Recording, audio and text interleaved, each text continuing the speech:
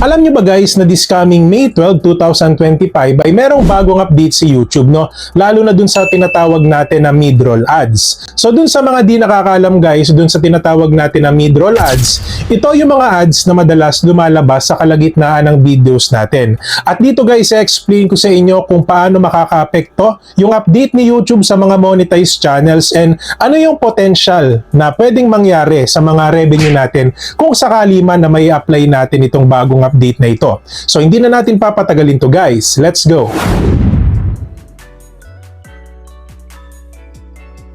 So katulad nga ng sinabi natin kanina guys, yung update ni YouTube ay nakapokus sa mga monetized channel, especially dun sa improvement, no, dun sa mga mid-rolls natin. Alam ko guys, yung iba sa atin is pagkatapos mag-upload or bago tayo mag-upload ng video sa YouTube is inaayos muna natin yung ating mga ad breaks manually. So dun sa mga di nakakaalam guys, yung ad breaks, ito yung mga nilalagay natin doon sa kalagitnaan ng videos. So pwede nyo siyang ilagay automatically or kung gusto nyo manually, kayo yung mag-setup, is pwede nyo rin siya gawin. Pero dito guys, sa update na to is mas in-improve siya ni YouTube, no? So kumbaga nade-detect na ng system niya kung saan yung mga part ng videos na may mga pause, may transition. Kumbaga kasi dumadating yung point guys na halimbawa katulad ko bago ako sa YouTube, so kumbaga lagay lang ako ng manual ad breaks or sabihin natin ng mid-roll sa aking mga videos, no? Without knowing kung ano yung part ng video ko na kumbaga nakapause ako or hindi na ako nagsasalita. Kasi ayon sa pag-aaral ni YouTube guys na sobrang daming viewers sa YouTube ang umaalis sa kalagitnaan ng video. So ano yung mga dahilan? Kasi nga habang nagsasalita yung content creator may lumabas na ads. So dun sa ads na yon is parang nagkakaroon ng thinking yung mga viewers natin na kung mag-i-stay pa siya or aalis na. So that's why yung pinakang ini-improve ni YouTube dito guys is nagkaroon siya ng system mismo na kung saan nade-detect niya yung part ng video na kung saan pwede niyang ilagay yung mga tinatawag natin na ad breaks. So kumbaga mas nilelesen niya yung chance na umalis yung mga viewers natin dito sa YouTube. Kasi guys, alam naman natin na sa YouTube kung hindi tinatapos madalas ng ating mga viewers yung videos natin, so mas bumababa din yung chance na i-recommend ni YouTube yung mga videos natin sa mga target audience natin dito sa YouTube. Kasi ang akala ng iba guys, ang mahalaga lang dito sa YouTube is magkaroon ng views yung video, so kahit hindi tapusin, okay lang. Hindi nila alam guys na doon nasusukat sa tinatawag natin na average view duration kung paano i-recommend ni YouTube yung ating mga videos. Kaya kung mapapansin nyo guys, kung yung video is madalas isinimulan nyo at tinatapos nyo siya hanggang dulo, so mapapansin nyo guys, umaangat siya doon sa ranking. No, kumbaga sabihin natin may same title ka ng vlogs, may same title ka ng mga videos, but eventually may mga nauuna talaga. No, kumbaga the more na tinatapos ng viewer mo, yung mga videos mo is mas malaki yung chance na mas mauna siya doon sa ibang video, depende doon sa category mo. So that's why dito guys, sobrang laking tingin ko positive impact sa mga monetized channel na nagkaroon ng bagong update si YouTube about dito sa improvement of mid-roll ads. Kasi dahil dito guys, no, si YouTube na mismo yung parang nakaka-detect na kung saang part ng video natin pwede ilagay yung mga ads. Okay? At ang maganda dito guys, hindi na natin siya pwede gawin manually. Pero nakadepende pa rin sa iyo. So kumbaga optional lang siya kung gusto nyong ilagay na sabihin natin, lagyan ng automatic mid-roll ads. So automatically si YouTube na yung maglalagay noon sa mga videos nyo. Pero kung talagang gusto nyo pa rin yung manual, no, kumbaga kayo yung maglalagay talaga ng ad breaks sa gitna ng videos nyo, is pwede din naman. Tapos may habol ko lang pala guys na yung mga videos na in-upload natin before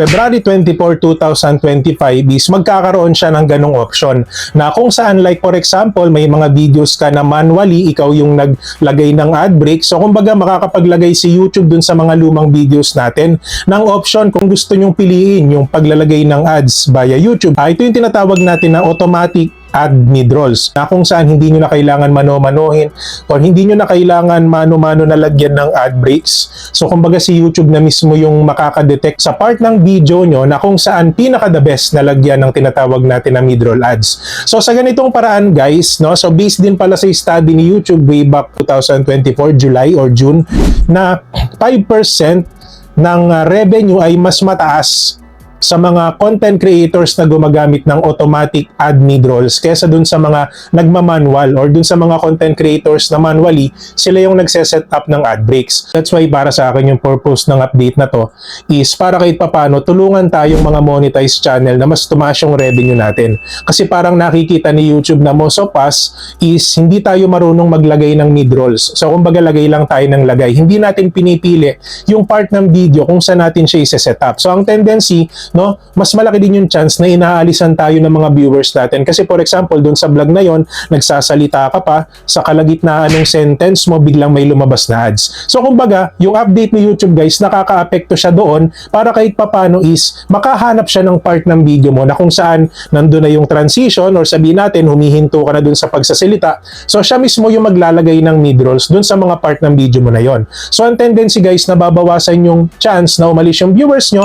So mas tinatapos pa ng mga viewers nyo yung videos nyo. At ang maganda dito guys, mas mataas pa yung chance na makakakuha din kayo ng mataas na revenue. Kasi si YouTube na mismo yung nakaka-detect ng part ng video kung saan yung pinaka-the best na lagyan ng mid-rolls. So by the way guys, magdadagdag din pala si YouTube ng new features kung saan makikita natin doon sa ating monetization, no? Lalo na doon sa mga mahilig maglagay ng ad breaks manually, na kung saan magkakaroon tayo ng notification, lalo na kung yung ating ad breaks na nilalagay ay nakaka-interrupt doon sa part ng video natin. So meaning parang i-inform tayo ni YouTube or makikita natin doon yung word na parang interruptive part ng ating mid-rolls, na kung saan is inire-recommend ni YouTube, depende sa iyo kung gusto mo siyang alisin or kung gusto mo lang gumamit ng automatic ad mid-rolls. Na para sa akin guys, isa yun sa pinakamahalagang bagong update ni YouTube, na kung saan ini-inform niya tayo kung okay ba yung ginawa natin, okay ba yung part ng video natin, na kung saan nilagyan natin siya ng mid-rolls para kahit papano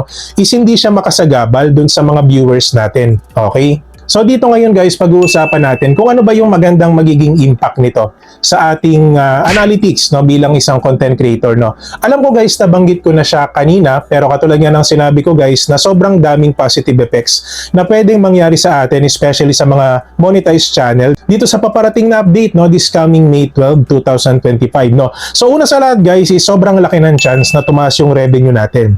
Okay, because dun sa tinatawag natin na automatic ad slots, is YouTube na mismo yung nakaka-detect kung saang part ng video, yung pinaka-the best part, na kung saan pwede niyang lagyan ito ng tinatawag natin ng mid-rolls. Then yung pangalawa guys, para sa akin, yung pinaka-the best na pwede mangyari sa atin is pwedeng mas tumaas yung tinatawag natin na average view duration.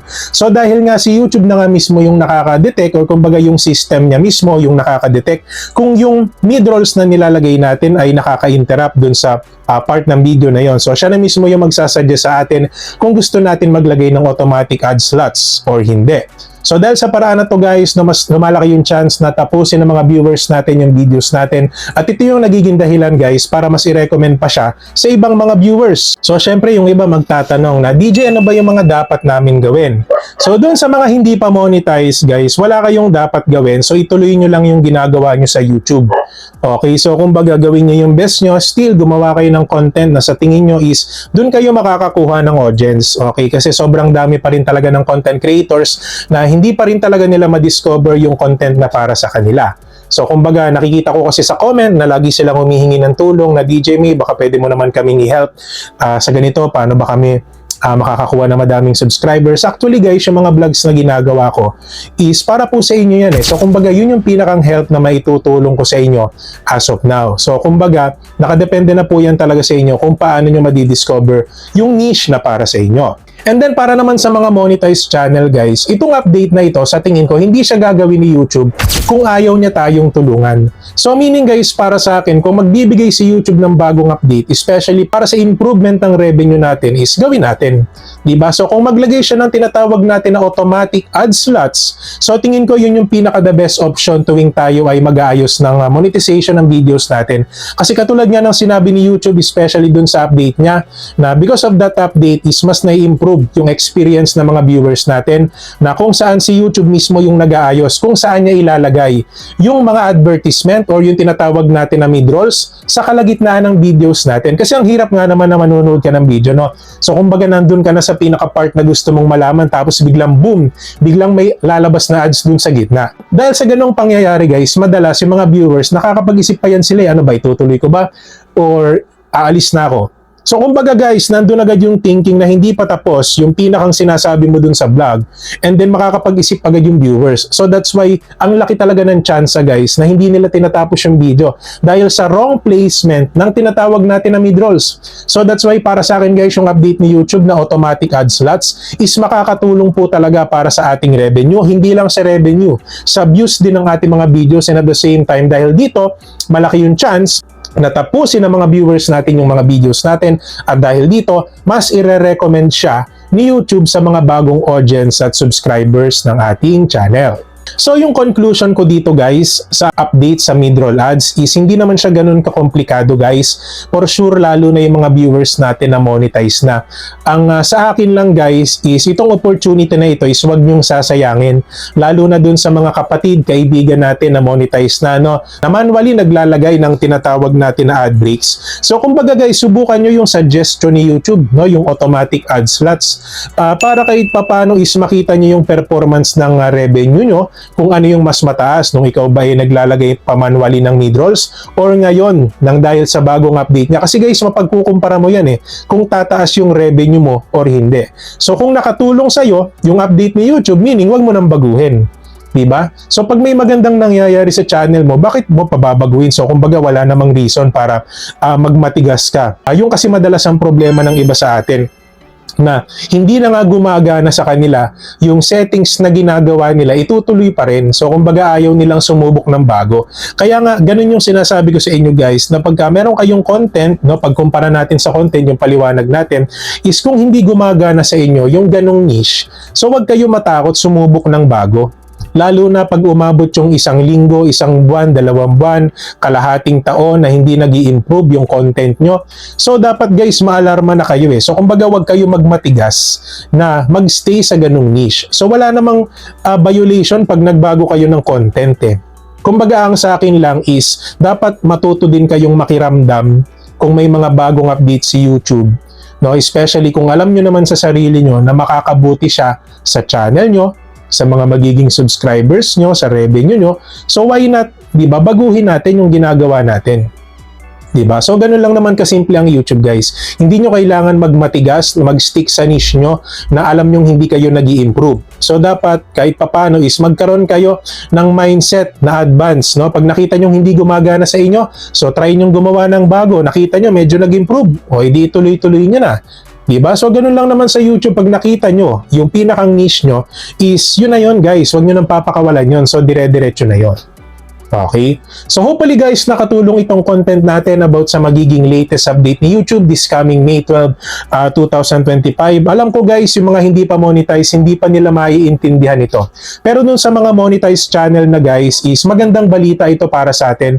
Para kahit papano is mas tumaas yung revenue natin, di ba? Katulad yan nung sinabi ko sa inyo kanina guys, So, way back June or July last year, is nagkaroon nga ng parang experiment ang YouTube na kung saan mas nakita nila na 5% na mas mataas yung nagiging revenue ng mga monetized channel na gumagamit ng automatic ad slots kaysa dun sa mga channel na nagmamanual, dun sa mga channel na naglalagay ng ad breaks manually. Kung ikaw yung tipo ng tao na manually naglalagay ka ng ad break sa mga videos nyo, so try nyo gumamit ng automatic ad slots. So malay nyo guys, dun pala tumaas yung revenue nyo, di ba? So hindi natin masasabi yan.